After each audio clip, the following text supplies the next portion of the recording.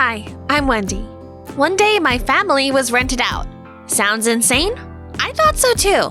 But let's start at the beginning. We were always in survival mode. My parents worked 15 hours a day. My brother Dylan walked the neighbor's dogs, and I monetized my brain by tutoring my classmates. Sometimes they even offered to pay me to do their homework for them, but I can help you understand the material. However, I won't help you fake the intelligence you clearly lack. Fake what? Exactly. Our parents always taught Dylan and me to be honest. Even when we didn't have enough money to pay the electricity bill and Dylan found a wallet, Dad told him to return it, even though our family had unbelievably bad luck.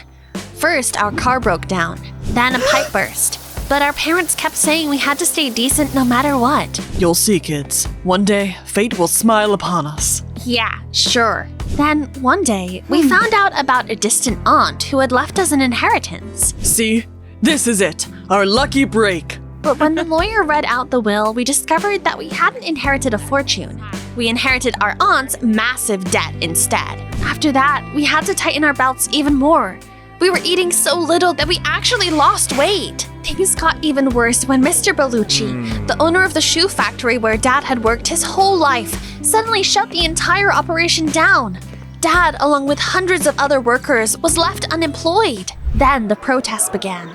The workers stood outside of Mr. Bellucci's house demanding justice. Little by little, the protests died down. Some people got compensation, others simply gave up. But my dad was still buried under a huge debt, so we kept showing up to protest. But before long, it became obvious that none of it was going to change anything. Honey, come home. I'm sorry. I can't give you the life you deserve. We're still proud of you. We were just about to leave when the gates of the mansion swung open and Mr. Bellucci himself came out to meet us. I have a very interesting offer for you. Please come in. We stepped inside the mansion. No, not a mansion. It was a monument to wealth. Just don't wander into Baron's side of the house. Who's Baron? That's my beloved cat. Are you serious?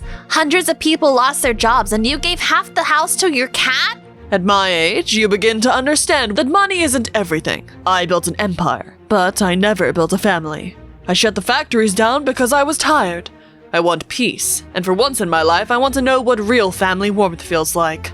I'm sorry, we don't follow. I want to rent your family. You want to do what? You will live with me. In return, I'll pay off your debt, and I'll pay you the wages you lost when the factory shut down. I honestly thought it was some kind of bad joke. But then Dad called a family meeting, and everyone voted yes. You'll see. This is a deal with the devil. We moved into Mr. Bellucci's house the very next day. It felt like being locked up in a prison with designer furniture. Mr. Bellucci laid down a whole set of ridiculous rules. One evening, I was doing my homework when the butler came in and switched off the lights. The master has gone to bed. That means the lights go off throughout the entire house. I had to finish my homework with a flashlight. The next day, we all had lunch together. The table was absolutely loaded with food. Honestly, there was enough to feed an entire neighborhood. I'm done. Butler, throw the rest away. Yes, sir. Hey, I'm not done yet. But you're used to being hungry, aren't you? That's not funny. I wasn't joking. I would have gone crazy in that house if it hadn't been for one person. His name was Phil, and he worked part-time as a gardener. The first time we ran into each other was in the garden, where he was trimming a bush into a bust of Mr. Bellucci. Except, he'd given it a clown wig and nose. That captures his essence perfectly. Oh no. No one was supposed to see that. Relax, I'm not ratting you out. I hate that old man. One time he made me bow to his cat. Why don't you just leave? I have to help my family. Yeah, I get that. From then on, we started spending time together. Sometimes we just talked. Sometimes we pulled little pranks on Mr. Bellucci. Phil became a friend I truly trusted. And that's when everything turned into a nightmare. Mr. Bellucci gathered our whole family for some twisted little game. He offered us money to turn on each other. I'll give you $100 if you all give Wendy the silent treatment for a week. Are you out of your mind? She's our daughter. Wendy, want $100? Then push your brother. No! You really have no idea what family is, do you?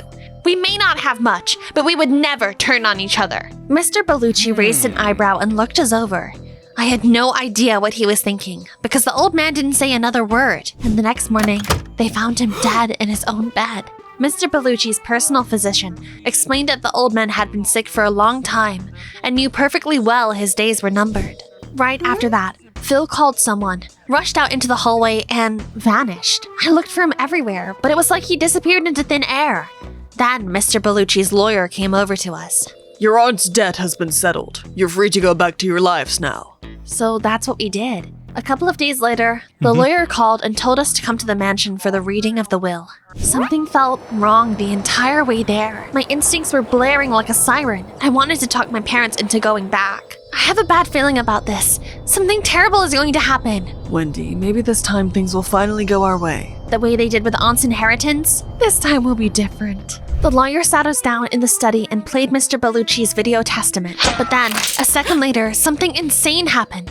A bolt flew straight into the screen. We all flinched and looked toward the door. A group of impeccably dressed people had walked into the study. Cold, beautiful. The man in front was holding a crossbow, grinning like a predator, and standing beside him was... Phil? Actually, it's Philip Di Bellucci. I blinked. The man with the crossbow stepped forward. I am Mr. Bellucci's son, and this is my wife and our children. We are the true heirs. I looked at Phil again. So he was the old man's grandson? At that point, my brain left the chat. I'm sorry, but Mr. Bellucci told us he didn't have a family. Technically, he does, but they've been estranged for years, and Mr. Bellucci had no intention of including them in his will. Because he'd lost his mind! That con artist and his family manipulated him into changing the will! What are you talking about? My son was living here undercover as the gardener. Philip saw everything. He saw your family deceive a dying man and pressure him into leaving everything to you. We don't even know what's in the will. And we won't know until I recover the recording. That will take a couple of days. After that, I'll bring everyone back here. Before leaving, I locked eyes with Phil, or whatever he was calling himself now. So that's what you meant by, I have to help my family? You knew we weren't after Bellucci's money. Grandpa didn't even know I existed. But he was more than happy to play happy family with a bunch of rented grandkids. I'll do whatever it takes to get my hands on the inheritance. Just perfect. I'd been friends with someone who was basically a villain in the making. Meanwhile, Phil's father decided to intimidate my dad. This whole town belongs to us. There is nowhere you can go for help. We didn't say a word. We just wanted to get out of there as quickly as possible. We got into the car, pulled onto the highway, and then, bam! The car swerved and we slammed into a tree. Is everyone okay? Yes, I think so. I looked around and realized what had caused the crash. Somebody punctured the tire. The damage looked suspiciously like a bolt hole. I was starting to think that deranged family would rather kill us than let us inherit the Bellucci fortune. Wendy, stop. No one could be that evil. I wanted to believe her, but my suspicions only grew stronger when we got to the hospital to make sure none of us had a concussion after the crash. The doctors refused to help us for no reason at all. Then we went to the police and reported that someone had punctured our tire. They brushed us off too. Get out! And if you come here again, I'll have every one of you locked up! Phil's father has bought off everyone in this town. No one's going to help us. That was the moment we all realized this had gone way too far. We were in serious danger. I woke up in the middle of the night to the smell of something burning. Thick smoke was already creeping through the hallway. There was no time to panic. I covered my nose and mouth and rushed to wake up my family. Mom, Dad, Dylan, someone set the house on fire. A couple of minutes later, we made it outside, just in time. By then, the whole house was consumed by flames. Naturally, people came running. Someone called the fire department. But you know what the worst part was? They didn't try to put it out. They just stood there and watched. And then I understood why. Phil's father had bought them off too. He's behind all of this! Get into the shadows now!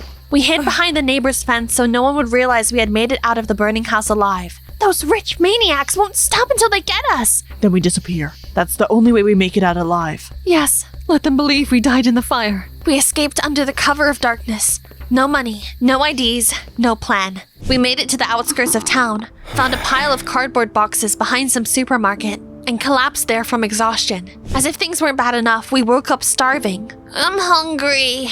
Me too. At this point, I'm ready to start chewing cardboard. We could steal some food from that supermarket. No, we're honest people. We'll work for our food. Dad gestured towards a sign on the supermarket door. It said the store was looking for a cashier, a loader, and a cleaner. Who would hire us looking like this? Wendy's right. We need to clean ourselves up first. For a few minutes, the supermarket bathroom became our beauty parlor. Then we went off to find the manager. So you're looking for work and you don't have any IDs. That's right, sir. Illegal immigrants, huh? Fine, I'll hire you. but you'll be getting minimum wage. After everything we'd been through, minimum wage didn't sound so bad. But a cashier named Bobby gave me a sad smile and brought me back to reality. Don't get too excited. The manager's a real piece of work. He cuts corners on everything. He even put up fake security cameras. And he finds employees over every little thing. Bobby wasn't lying. At the end of our shift, the manager paid us next to nothing. We can't even afford the cheapest motel room with this. So we're sleeping outside again? Did you know those cameras are fake? We could secretly live in the store. Wendy, no, we're honest people. Dad, enough already. We've always been honest. What has that gotten us? Nothing good has ever come of it, not once. For the first time, Mom and Dylan sided with me instead of Dad. So in the end, he had to go along with my plan. Before the store closed, we hid in the bathroom. Then, once it got dark, we stepped out onto the sales floor. We turned the store into our own private paradise. We had fun, laughed, ate whatever we wanted, and for the first time in a long while, I felt full. It became our nightly routine. During the day, the supermarket felt like a completely different world.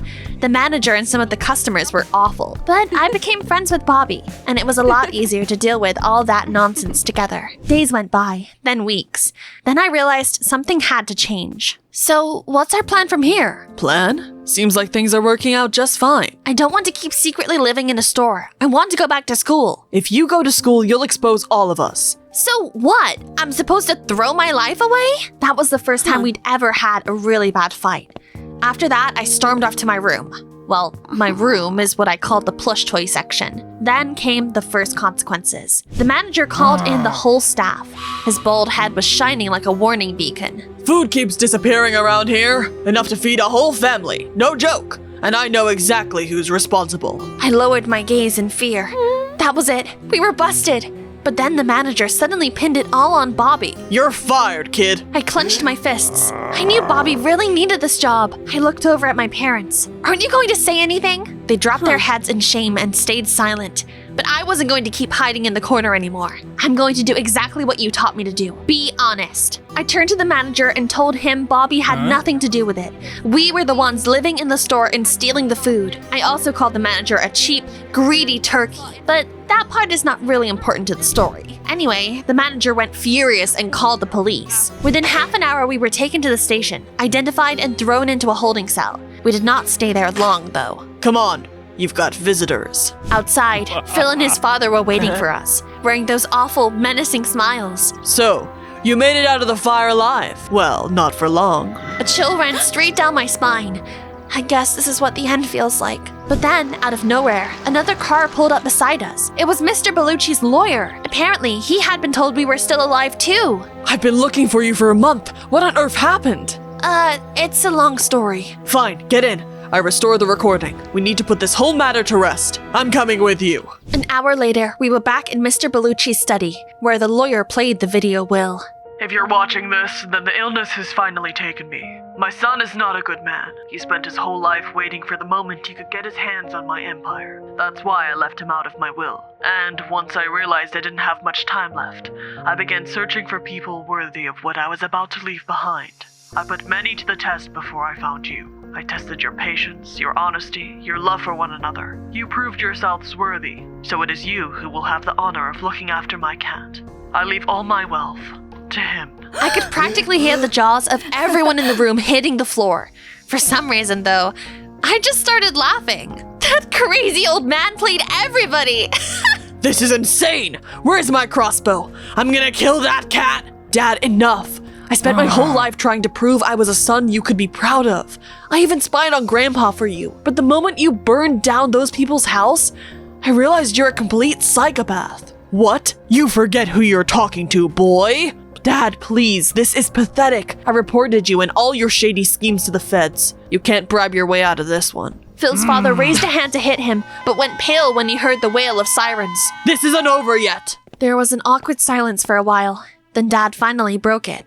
So, what? We're basically the cat's servants now? Technically, yes, but a cat can't manage assets, so you'll be handling everything on his behalf. The factories are under your control too. Would you like to sell them? No. My daughter reminded me that what matters most is being honest and thinking of other people. So we're reopening the factories and bringing back everyone's jobs. So that's how we became trillionaires who had everything except actual money. As long as Baron is alive, we get to live in the mansion and take care of him. But after that, all of Mr. Bellucci's fortune goes to charity. Dad got his job back. The bad guy ended up behind bars, and Dylan and I get to go to school again. So maybe life is really about being honest and not waiting for a reward.